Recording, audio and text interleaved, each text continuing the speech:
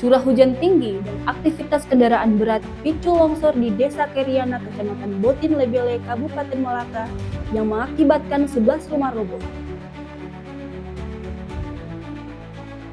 Jaga benteng ideologi bangsa, pemerintah Kabupaten Belu gelar upacara bendera memperingati Hari Pancasila 1 Juni di halaman kantor Bupati Belu.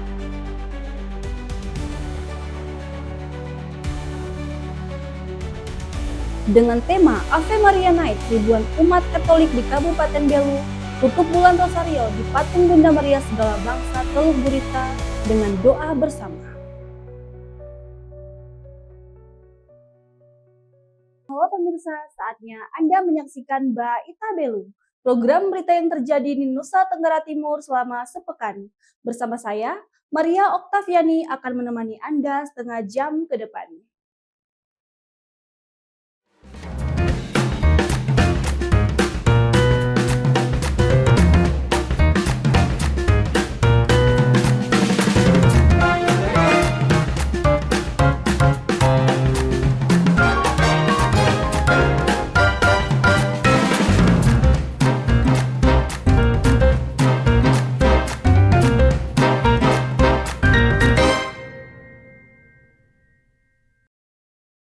Longsor kembali melanda Desa Keriana, Kecamatan Botin Lebele, Kabupaten Malaka.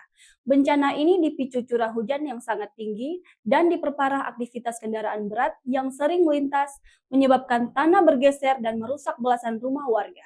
Berikut informasi selengkapnya. Bencana tanah longsor kembali melanda Desa Keriana, Kecamatan Botin Lebele, Kabupaten Malaka, Nusa Tenggara Timur. Bencana ini dipicu curah hujan sangat tinggi dan perparahnya aktivitas kendaraan berat yang sering melintas, menyebabkan tanah bergeser dan merusak belasan rumah warga. Kejadian berawal pada akhir bulan April lalu di mana hujan deras turun tanpa henti selama berhari-hari. Air meresap ke dalam tanah dan membuat struktur tanah menjadi sangat lembab serta tidak stabil. Retakan mulai muncul perlahan dan semakin melebar serta memperparah kondisi tanah hingga terjadi pergeseran yang terus berlangsung hingga saat ini. Selain faktor alam, pergeseran tanah diperparah adanya aktivitas kendaraan berat beroda 6 yang sering melintas di lokasi. Getaran dan berat beban tersebut dipastikan semakin membuat tanah bergeser dengan cepat. Bahwa memang curah hujan yang berkelebihan pada tahun ini, sehingga lembabnya tanah itu, air-air ini sendiri muncul. Jadi ini karena faktor alam, sehingga terjadi longsorannya agak berat. Awalnya memang sedikit, habis itu hari demi hari, 2-3 hari dia terjadi terus. Sampai hari saat ini juga ada yang retaknya semakin kita lihat dari perubahan retakan semakin besar seperti ini. Ini awalnya sebenarnya dia tidak tenggelam, dia tidak roboh, dia sedikit. Habis sekarang ini sampai di depan awalnya Amanajun ini mereka masih lihat bahwa tidak terlalu, mereka pindah tempat di forest depan. Dampak bencana ini sangat dirasakan warga, tercatat sebanyak 11 kepala keluarga terdampak langsung. Dari jumlah tersebut, 7 diantaranya mengalami kerusakan parah bahkan ada yang sudah roboh total, sehingga penghuninya terpaksa mengungsi ke tempat yang lebih aman. Untuk yang mulai dari tanah longsor itu ada 11 kakak. 11 kakak yang rusak karena longsor. Yang rusak parah ini ada sekitar 7 kakak. 7 kakak ini yang rusak parah dan sudah mengungsi juga. Dan yang lain hanya rusak ringan, dan itu juga kita tidak bisa pastikan lagi pasti itu juga akan rusak parah juga karena ini juga mau mendekati musim-musim hujan lagi, jadi kita berwaspada untuk ini. Himbaukan untuk masyarakat yang sementara rusak ringan untuk kita waspada untuk antisipasi memang. Pemerintah Kabupaten Malaka melalui Dinas Sosial Badan Penanggulangan Bencana Daerah dan Dinas PUPR sudah melakukan peninjauan langsung ke lokasi dan telah menyalurkan bantuan awal, sementara masyarakat masih menunggu tindak lanjut penanganan dari pihak pemerintah. Sebagai perwakilan warga dan pemerintah desa, harapan besar ditujukan kepada pemerintah kabupaten, provinsi, hingga pusat agar dapat memberikan bantuan lebih besar, baik berupa tempat tinggal sementara maupun bantuan lainnya, agar warga terlepas dari ancaman longsor yang setiap saat mengintai. Dari Belu, Tim Liputan Atambua TV melaporkan. Di tengah derita bencana tanah longsor yang melanda Desa Keriana, nasib pilu dialami Yuliana Bui, salah satu warga terdampak. Rumah tempat tinggalnya berada di tepi tebing, ikut tergeser dan turun hingga 7 meter di bawah lereng, sehingga hancur total dan tidak layak huni. Ibu rumah tangga ini beserta keluarganya kini terpaksa harus tidur dan berteduh di bekas kandang ayam yang sangat sederhana. Ketika tanah bergeser dan longsor mulai meluas di wilayah Dusun Anametan dan Misbaun, rumah milik Yuliana Bui menjadi salah satu yang paling parah terdampak. Bangunan yang berdiri tegap di atas tebing tinggi itu ikut terbawa arus pergeseran tanah hingga posisinya turun jauh sekitar 7 meter menuju dasar lereng. Akibatnya struktur rumah rusak total dan tidak mungkin lagi ditempati oleh penghuninya. Tidak memiliki pilihan lain dan belum ada tempat pengungsian yang layak, Yuliana Bui beserta keluarga terpaksa memanfaatkan bekas kandang ayam miliknya yang berada di lokasi lebih aman sebagai satu-satunya tempat berteduh dan tidur semenjak bencana terjadi. Tempat yang kecil, sempit, dan minim fasilitas itu kini menjadi tempat berlindung dari panas dan hujan bagi seluruh anggota keluarga. Takut, takut kami langsung keluar barang. Ada bunyi-bunyi toh tembok keluar barang dong.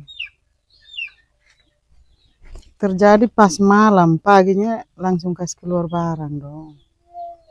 Dengan anak-anak dong. Sempat tidur di Masih tidur di kandang ayam kami, tidur di kandang ayam. Paginya langsung buat rumah. Sedih, mama sedih. Sampai menangis, mama, ingat rumah.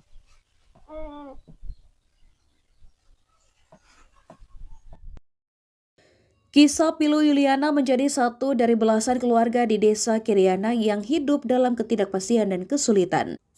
Sementara itu, mengingat musim hujan diprediksi segera kembali datang, ancaman longsor baru setiap saat bisa terjadi kembali dan semakin memperparah kondisi.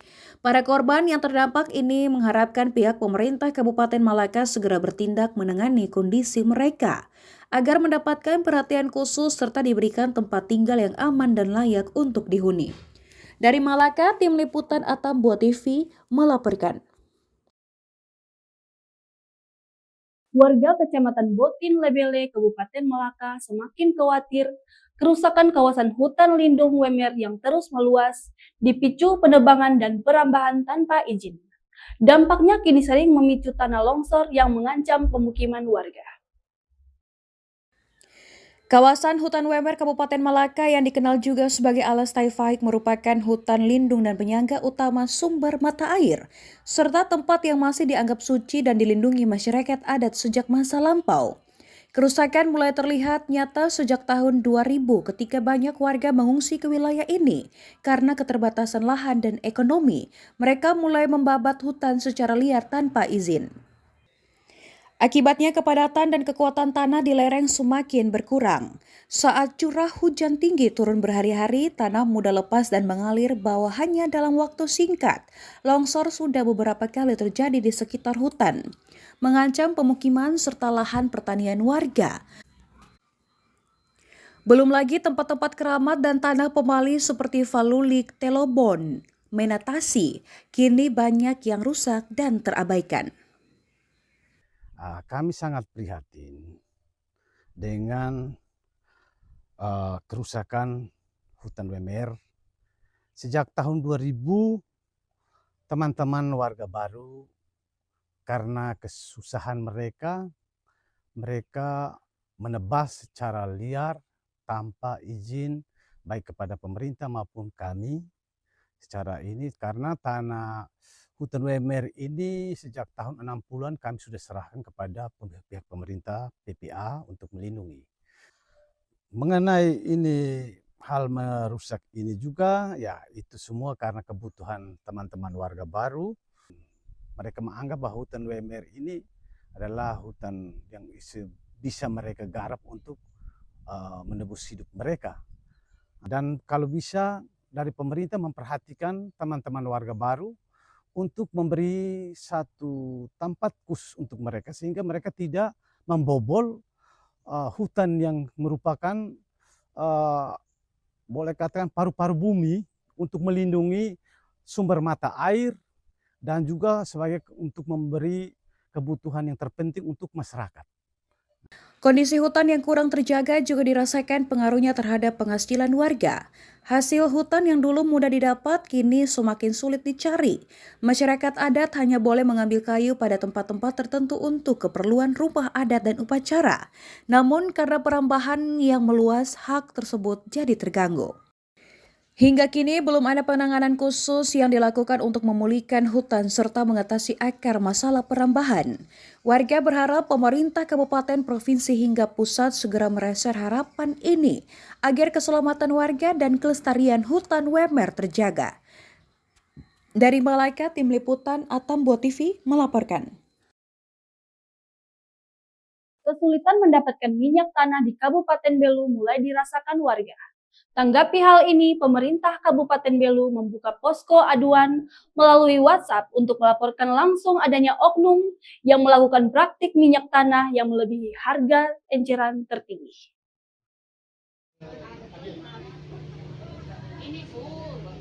Masyarakat Kabupaten Belu kini masih mengalami kelangkaan dan tingginya harga minyak tanah. Harga minyak tanah di kisaran Rp8.000 hingga Rp9.000 per liter terjadi di wilayah Kota Atambua dan belum dicek secara langsung harga yang ada di luar Kota Atambua, Kabupaten Belu, perbatasan negara Indonesia dan Timor Leste. Tim pengendali inflasi daerah bersama instansi terkait di Kabupaten Belu telah melakukan inspeksi mendadak di Pasar Baru Atambua Jumat 22 Mei 2026 lalu. Namun modus operandi rantai distribusi yang panjang dari agen, pangkalan, ke pengencer tetap berjalan dan diduga merusak harga eceran tertinggi yang seharusnya Rp4.000. Salah satu warga mengaku sulit mendapatkan minyak tanah di pangkalan dengan harga eceran tertinggi Rp4.000 per liter karena selalu habis terjual. Ia terpaksa membeli di pedagang eceran dengan harga Rp6.000 hingga Rp9.000 demi memenuhi kebutuhan rumah tangga setiap hari.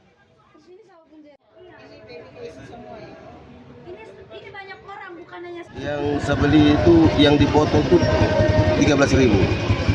Kalau 1 liter 8.000. Itu 1 liter masih 6.000 masih. Lumayan. Kadang 5.000 udah naik ke 6.000. Itu bapak mereka beli di pengencer atau Ya, di pangkalan?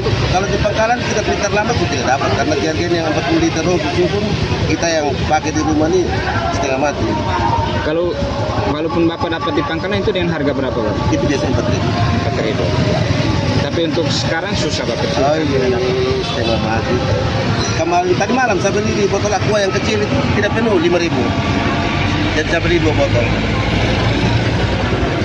Yang botol aqua yang kecil tidak penuh. Begini, kalau yang di pangkalan besar itu kayaknya ada permainan atau sepertinya kalau minyak tanah masuk dong telepon pelangganan yang biasa ambil banyak itu. Jadi kita yang bawa jerigen 5 liter dong ini kadang-kadang tidak dapat. Karena kita pilih jerigen yang 40 liter, 35 liter susun di depan. Dan mereka lebih utamakan yang itu. Yang ambil banyak. Jadi kita yang khusus pakai di rumah ini kadang-kadang pilih tidak dapat di pangkalan. Kepala Dinas Perdagangan dan Perindustrian Kabupaten Belu, Vincent Laka, menghimbau kepada seluruh masyarakat Kabupaten Belu untuk dapat melaporkan langsung kepada pihak berwajib melalui via WA atau layanan lainnya dengan disertaikan bukti video bila terdapat penemuan praktik minyak tanah. Beberapa waktu yang lalu, kami mendapat banyak laporan dari masyarakat terkait adanya kenaikan harga eceran tertinggi minyak tanah di Kabupaten Belu dan juga adanya praktek-praktek yang melanggar dalam tata niaga minyak tanah. Sehingga sejak kemarin kami sudah melaksanakan pengawasan secara melekat terhadap teman-teman yang melakukan distribusi minyak tanah di pangkalan, dan juga koordinasi dengan teman-teman di depo Pertamina atau Pupu untuk kami melakukan pengawasan. Memang ada temuan di lapangan berdasarkan pantauan kami, ada minyak tanah yang masuk di agen, dalam beberapa waktu langsung diklaim oleh agen minyaknya habis. Dan juga kami melihat dari distribusi yang dikeluarkan oleh depo Pertamina atau Pupu, bahwa seperti kemarin 2 hari yang lalu, minyak tanah yang didistribusikan di wilayah Kabupaten Belu, kalau tidak salah itu 25.000 liter. Dan ada yang kami sinyalir atau kami duga bahwa ada yang menimbun atau menyalahgunakan tata niaga ini. Kami juga sudah mengeluarkan himbauan kepada masyarakat melalui media sosial, lewat Facebook, Instagram, dan WA Group, untuk masyarakat melaporkan praktik-praktik yang menjual di atas head dan praktik-praktik penimbunan. Kalau ada, kami tindak tegas. 9.000, 7.000, 5.000. Vincent juga menegaskan pada para agen pangkalan dan pengecer untuk apabila ditemukan adanya praktik minyak tanah, maka akan ditindaklanjuti sesuai hukum yang berlaku. Dari Belu, Tim Liputan Atam Buah TV melaporkan.